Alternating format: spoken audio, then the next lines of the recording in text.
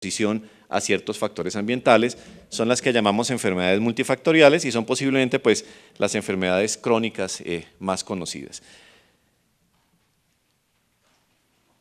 Si nosotros hablamos entonces, por el tema que nos reúne aquí hoy, de adquiridas, pues exposición a agentes adversos durante el embarazo, que se llaman teratógenos, que puedan ejercer algún efecto dañino sobre el proceso de desarrollo, pues el alcohol, las infecciones, toxoplasma, rubeola, citomegalovirus, sida, etc.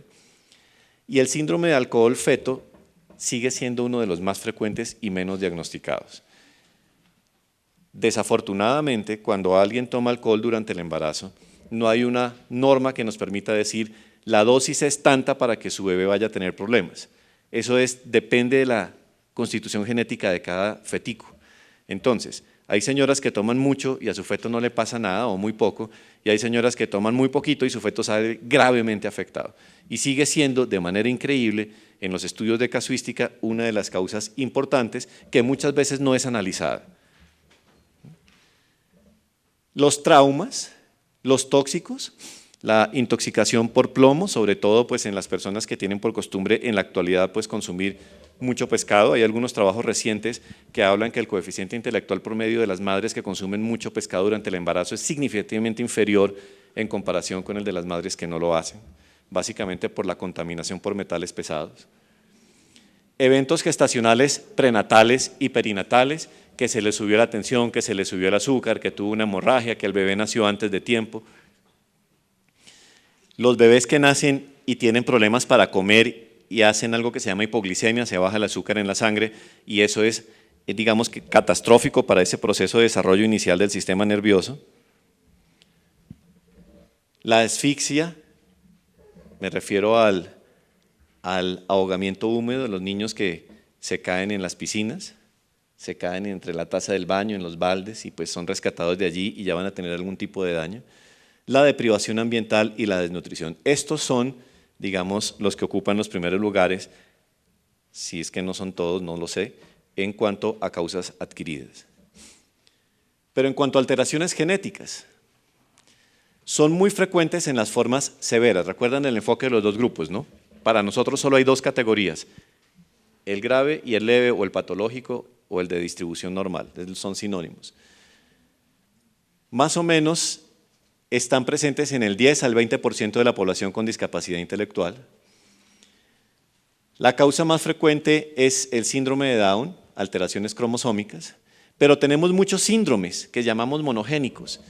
Es decir, la persona que tiene una serie de características físicas que sumadas con su componente cognitivo nos permiten decir tiene el síndrome de. Síndrome significa persona que al mismo tiempo tiene varias alteraciones en su salud. Síndrome etimológicamente significa ir juntos. Entonces, una persona que tiene, por ejemplo, la estatura corta, más un problema en los dedos, más un problema en la retina, más el déficit cognitivo, es el síndrome tal. Y eso estudian un grupo de genetistas que se llaman los dismorfólogos, que son expertos en mejorar su memoria visual para que cada vez que ven un niño con unas características puedan decir, ah, es el síndrome de tal cosa o el síndrome de tal otra. Entonces, ese es un grupo muy importante. También tenemos enfermedades metabólicas que cada vez, digamos, tienen más importancia. Metabolismo no significa comer y procesar y expulsar. Eso se llama la digestión. El metabolismo es el funcionamiento químico del organismo. El metabolismo es todas las reacciones químicas que están ocurriendo en cada una de sus células. Y hay enfermedades genéticas que alteran esas reacciones químicas y son causa muy frecuente de este tipo de problemas. Tan frecuente que los sistemas de salud pública de todo el mundo, con excepción de algunos países latinoamericanos, incluido el nuestro, hacen esfuerzos en los recién nacidos para identificar estas enfermedades porque muchas de ellas son tratables antes de que aparezcan las manifestaciones para garantizar que va a haber un desarrollo normal. Las enfermedades en las que les mencioné, multifactoriales, o en las que a veces no es un solo gen, sino varios genes, tenemos desórdenes endocrinológicos, el más frecuente el hipotiroidismo congénito, que sigue siendo, a pesar de nuestros programas nacionales, una de las causas más frecuentes de déficit cognitivo prevenible. Y habiendo explicado eso, pues les quiero contar entonces ahora sí qué cosa es una enfermedad. El DNA, en su manera más simple, es un conjunto de genes. ¿Cuántos? Créanme que todavía no sabemos muy bien. Al comienzo teníamos un ego muy grande y decíamos, los humanos tenemos unos 100.000 genes, hoy en día vamos como por 15.000 y todavía no estamos seguros. Esos genes, ¿para qué sirven? Los genes sirven para que en el organismo se construya algo que nosotros llamamos productos funcionales. Esos productos funcionales son proteínas. Y esas proteínas interactúan todas entre sí en un saco de solución acuosa. Y esas proteínas interactuando en un saco de solución acuosa lo llamamos Carolina, Luis, etc. O sea, todos nosotros acá somos un conjunto de proteínas interactuando en solución acuosa en un orden estrictamente definido por nuestra información genética. Cuando esta información genética cambia, a eso lo llamamos una mutación, va a cambiar el producto funcional y las alteraciones de esos productos funcionales generan modificaciones en el normal interactuar entre ellos y eso se va a manifestar como una enfermedad presente desde que uno es un embrión hasta las últimas etapas de su vida. Eso significa que para curar una enfermedad nosotros tendríamos que cambiar los genes. Eso se llama terapia génica y todavía no lo podemos hacer. Llevamos 20 años intentándolo y no hemos logrado sino fracasos. Como no podemos hacer eso, ¿qué hacemos? Damos medicamentos, hacemos cirugías, hacemos una cantidad de cosas para tratar de llevar esto a lo más parecido al diseño original y por lo tanto las enfermedades humanas son tratables pero no son curables.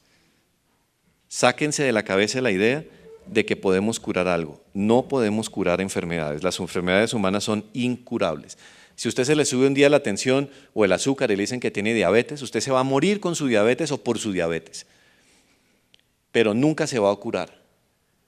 Podemos hacer muchas cosas para que esté lo mejor posible, que viva más años, que tenga una buena calidad de vida, pero jamás le vamos a quitar su enfermedad. Las únicas enfermedades que son curables son las infecciosas, que muchas se curan solas, le da gripa y se quita sola. O el cáncer, porque es una enfermedad genética que está circunscrita a un pedazo del cuerpo. Entonces, ¿qué hacemos? Le quitamos el pedazo del cuerpo con el cáncer y ya se fue el cáncer de su cuerpo. Si ya había metástasis, se volvió incurable, pero si no había, pues entonces se salvó. Por eso nosotros no hablamos de prevenir el cáncer, sino de un diagnóstico temprano del cáncer.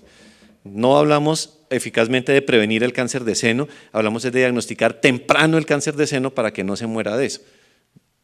No es para que no le hagamos la mastectomía, es para que no se vaya a morir de eso. Entonces son dos conceptos distintos y esto tiene mucha importancia, porque entonces en la medida que tenemos mejor tecnología, mejores intervenciones tempranas, mejores medicamentos, mejores de todo, pues cada vez va a haber más gente que va a vivir más años y toda va a estar enferma. Y eso significa que tenemos unos grandes costos de los sistemas de salud y es una paradoja, pero es la realidad, y no solo en Colombia, sino evidentemente en todo el mundo. Y en la medida que vamos aprendiendo de enfermedades raras y tenemos tratamientos raros, cada vez son más caros, entonces el tema se va volviendo un poco complejo. Pero no es para ponerlos tristes, pero es para que se sientan en la realidad, ¿no? Como consecuencia de todo eso, tenemos, por ejemplo, este modelo de una neurona en la que tenemos distintos genes y miramos cómo muchos de los genes que conocemos van a alterar distintos procesos del metabolismo, o sea, distintos procesos bioquímicos que se van a traducir en un déficit cognitivo. Acá, por ejemplo, tenemos una forma de déficit cognitivo que es muy frecuente, que se llama el X frágil. Todos estos son productos funcionales de esos genes, pero fíjense que todos tienen una actividad coordinada y cualquier error en ellos se va a traducir en un déficit cognitivo. Y eso es lo que estamos aprendiendo hoy. Y estamos dedicados a diseñar terapias nuevas para intervenir sobre estas realidades con la perspectiva de mejorar el perfil cognitivo de los afectados en un futuro y créanme que se va a lograr. No en todos los casos, pero sí en algunas patologías. Y ya tenemos algún medicamento por lo menos que ha mostrado los primeros resultados favorables, por supuesto todavía en fase experimental en animales y en las primeras fases experimentales en humanos. Pero va a haber cambios en los próximos 10, 15 años como consecuencia del conocimiento de esta realidad. Cuando yo le decía a Gloria que me había tomado el atrevimiento de contar otros cuentos era porque no quería hablar solo de tamizaje neonatal, sino pues de todas estas cosas. Y ya cuando miramos a los pacientes en la consulta, pues tenemos algunos grupos especiales. Dentro de esos grupos especiales, pues están distintas categorías de diagnóstico. El primero es el déficit cognitivo combinado con parálisis cerebral, sin anormalidades, o sea, sin malformaciones. El 40% se relacionan con eventos prenatales o perinatales y nos preguntamos, ¿no incluyen factores genéticos? Más del 50% se relacionan con eventos prenatales que sí incluyen factores genéticos. Entonces, ojo, porque es una costumbre fea y simplista decir, es que como el niño tuvo un evento asfíctico alrededor del momento del parto, eso explica todo lo que tiene. Y la respuesta es usualmente no. El embarazo y el parto se los inventaron hace muchos años y son una forma eficiente de nacer. Pero para que eso ocurra, se debe cumplir con unos requisitos biológicos, tanto de la mamá como del fruto. Cuando o en la mamá o en el fruto, y sobre todo en el fruto, hay alteraciones de su integridad neurológica, es más frecuente que ocurran esos eventos. Es lo que decimos, el bebé no se defendió bien, no quería nacer, se demoró, qué sé yo, cualquier cantidad de cosas, pero hay que preguntarse siempre, ¿por qué? Es que esos obstetras son unos tarados y no les gusta atender a tiempo a las señoras. Casi nunca pasa eso. Los obstetras no son seres humanos malos que quieran que los niños de las señoras que están atendiendo tengan problemas después. Ese no es el objetivo de ellos. El objetivo de ellos es que sus bebés nazcan lo mejor posible. Pero hay digamos, un tema social de rabia. Siempre hay que encontrar un culpable. Y ese señor, pues, es el culpable más próximo.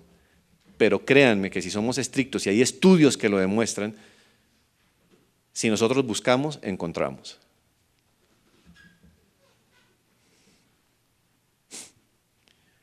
Con epilepsia, pues ahí sí ni hablar. Es un grupo muy heterogéneo y muchas enfermedades neurológicas cursan con epilepsia, muchas infecciones, traumas asociados,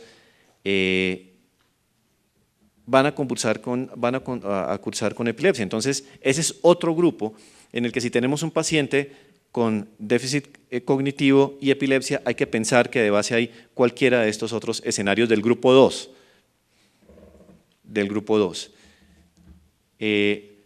Ayer justamente estaba en una reunión con un grupo de personas de otros países en las que identificábamos cómo teníamos un grupo de niños que tenían un leve retardo en el componente expresivo del lenguaje,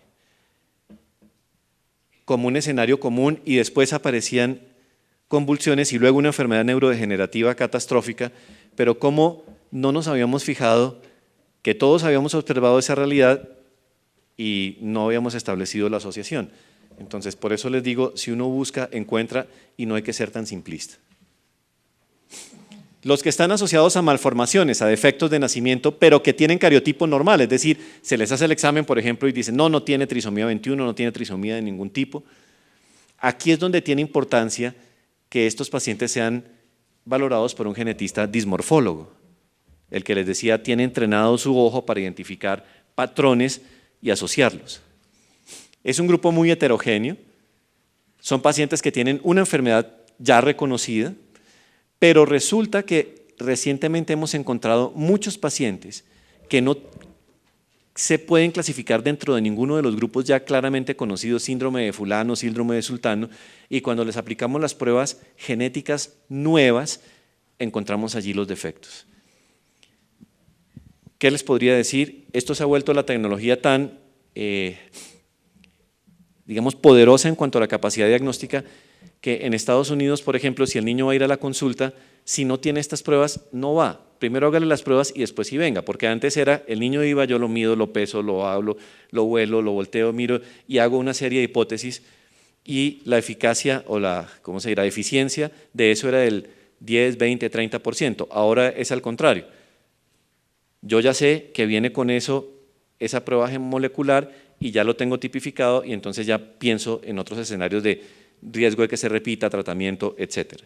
Entonces sí ha cambiado el escenario y sí hay herramientas cada vez más poderosas y más eficientes para aclarar las situaciones.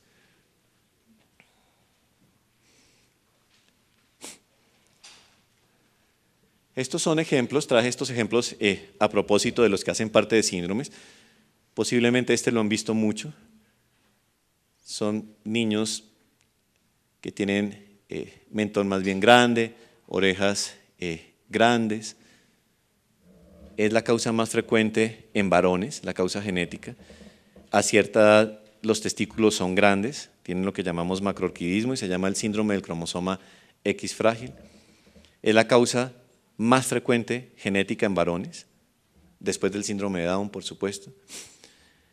Que tiene pues una cara peculiar y además un comportamiento, hay unos patrones de conducta que también le permiten a uno tipificar las distintas causas, se llama el síndrome de Angelman.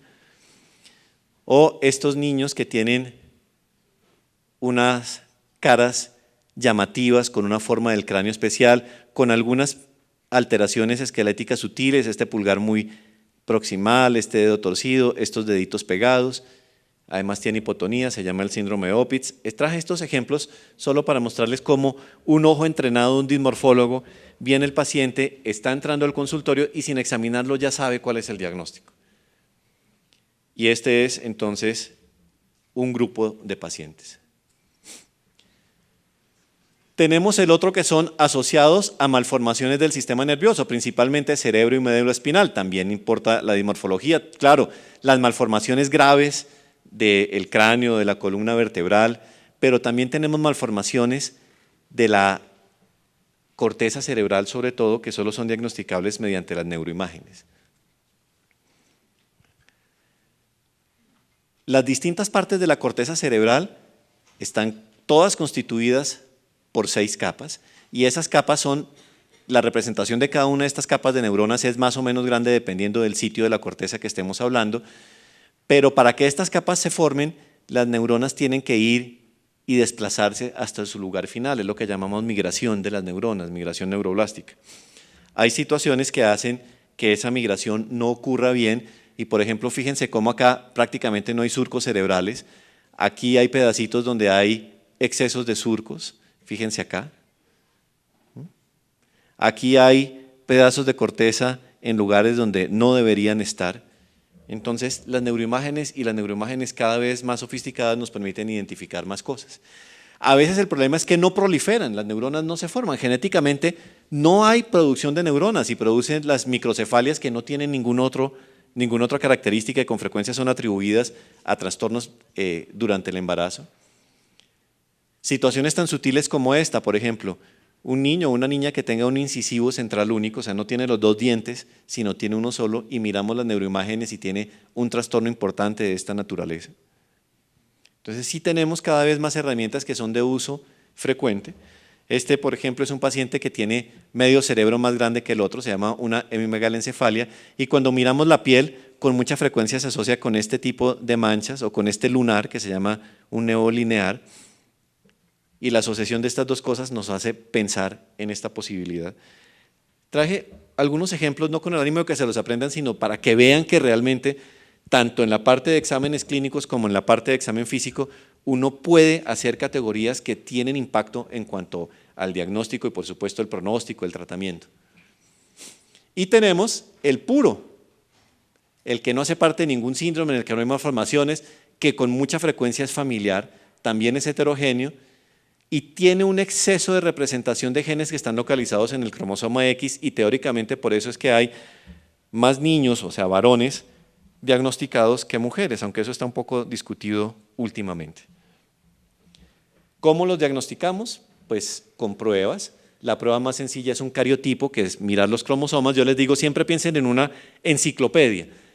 Cuando uno mira una enciclopedia, lo único que está viendo es que todos los tomos, bueno, para los que conocieron las enciclopedias, si caigo en cuenta, pero uno solo está mirando que estén todos los tomos y que estén en orden, no está mirando nada más, nadie está yendo a leer lo que está escrito allá, o sea, la información genética, y eso es un cariotipo, o sea, es el elemento más rudimentario, más básico, más elemental. Si un cariotipo sale normal, no significa que eso no sea genético, significa simplemente que los tomos están en orden y están completos, no están rotos. Este es un ejemplo de un tomo que se rompió, debería ser así, y queda como un círculo. Tenemos técnicas moleculares que nos permiten leer un poquito adentro e identificar pedacitos que se pierden.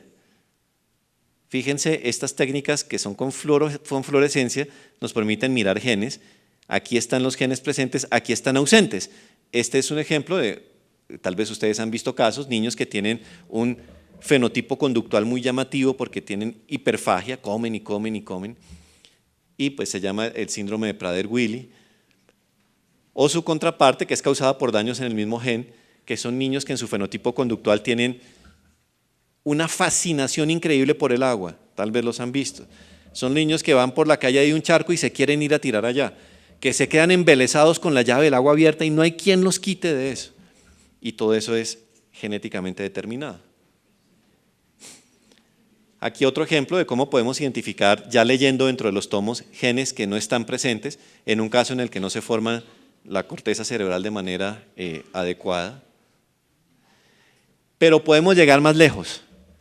Podemos coger los 3.000 millones de unidades que forman el genoma, fragmentarlo en pedacitos y con un sistema de análisis de imágenes, un software, mirar si cada uno de esos pedacitos está presente o no. ¿Qué hacemos? Hacemos una mezcla de colores y después miramos si cuando yo mezclo los colores primarios obtengo otro color, eso sería lo normal, un control del color A, el paciente del color B. Si yo los mezclo y las cantidades son iguales, me debe dar el color nuevo. Pero si al paciente le faltaba algo, le sobraba, va a haber mayor o menor intensidad de uno de los colores originales, y eso es lo que hace este sistema. Entonces nos permite identificar pequeñísimos daños con un solo vistazo en todo el genoma. Esta prueba se llama microarreglos y es la que les decía, hoy en día el paciente no llega a la consulta si previamente no se ha aplicado esta prueba, porque realmente es una herramienta muy poderosa que nos permite con un solo vistazo mirar prácticamente todos los síndromes cromosómicos que existen y los que nadie había visto antes. Cada día tenemos más y más descripciones de cosas nuevas. Y también tenemos la posibilidad de coger del tomo 1 al último tomo y mirar letra por letra, cada una. Ese es un trabajo descomunal. Imagínense a alguien leyendo 3.000 millones de letras. Eso se llama secuenciación. Cuando se hizo la primera secuenciación con el proyecto Genoma Humano, eso costó $3.500 millones. Hoy en día está costando alrededor de $1.000, o sea, ha bajado el precio un poco. Y la idea es que cuando esto pueda llegar a un precio un poquito más bajito, se va a convertir en una prueba de rutina para toda persona que nazca. Ese es el objetivo de la inversión astronómica que han hecho los sistemas de salud de algunos países europeos, principalmente el Reino Unido y de Estados Unidos. O sea, no es solamente porque, qué bonito saber cómo es el genoma, sino es que derivamos útil de esa información para ponerla pues al servicio de la salud. Hoy en día, ¿qué hacemos nosotros cuando tenemos un paciente y no sabemos el diagnóstico? Hacemos un solo examen de sangre y en ese solo examen de sangre analizamos simultáneamente 505 genes. Entonces el paciente va, no tiene que estar en ayunas, no necesita nada, pone el brazo, le sacan sangre y en 2 meses está el resultado. No es tan rápido. Eso lo llamamos paneles y es lo que está de moda ahora en la medicina. Muy bien. ¿Y cómo disminuimos la incidencia? Y esto fue lo que me invitaron a hablar. Voy a tomar 1 minuto para hablar de eso. Asesoramiento genético, diagnóstico prenatal, tamizaje prenatal y tamizaje neonatal, armas poderosas. El asesoramiento genético implica que le ayudemos a la familia a entender la naturaleza de la condición y al grupo de médicos que lo atienden, a conocer el pronóstico, a explicar las opciones de tratamiento, a entender la causa, a identificar la probabilidad de que se repita en otras personas de la familia y a discutir cuáles son las mejores opciones de reproducción que tienen para el futuro. ¿Cuáles son las opciones reproductivas? Pues la primera, no tener hijos, la adopción. Hay personas que asumen la probabilidad, asumen el riesgo. Lo que hacemos en reproducción asistida, donantes de espermatozoides o donantes de óvulos, o incluso donantes de embriones, todas son probabilidades reales. nosotros hablamos de asesoramiento, no hablamos de consejo, porque es que Genetic counseling no significa consejo en español. Asesorar es ponerle todas las cartas sobre la mesa para que la persona, con sus principios, temores, creencias, tome la decisión que más se ajusta a su propio ser. Aconsejar es que uno va y le dicen, haga esto. Entonces, eso no se vale, porque si yo soy una persona honesta, no puedo anteponer mis principios, mis creencias, mi religión, etcétera, frente a las de otra persona que tiene el mismo derecho a tener sus principios, sus creencias. Lo que para mí es bueno, para ella no, o viceversa. Entonces, se trata no es de dirigir la decisión, sino de darles todas las herramientas necesarias para que, de acuerdo con su condición personal, tomen la mejor decisión y respetar esa decisión. El diagnóstico prenatal consiste en tomar muestras cuando el fruto está en embarazo, se hacen análisis genéticos con las muestras del fruto y la pareja en Colombia opta por interrumpir o no el embarazo de acuerdo a si el diagnóstico está positivo o no. Muchas parejas lo hacen y simplemente quieren saber para prepararse para el nacimiento de un hijo con problemas y disponer todo lo que es necesario para brindarle las mejores condiciones de vida desde antes de nacer. Esto que es el diagnóstico preimplantación, lo que ustedes están viendo acá es un embrión humano. El embrión humano no es un niñito chiquito con deditos, ojitos, nariz, imagínense, esto es como una bolsita de canicas, se llaman células, entonces se saca una de esas células y en esa célula se hace el diagnóstico genético, lo que les acabo de mostrar. Entonces, si los embriones están afectados, no se transfieren, se guardan congelados, si no están afectados,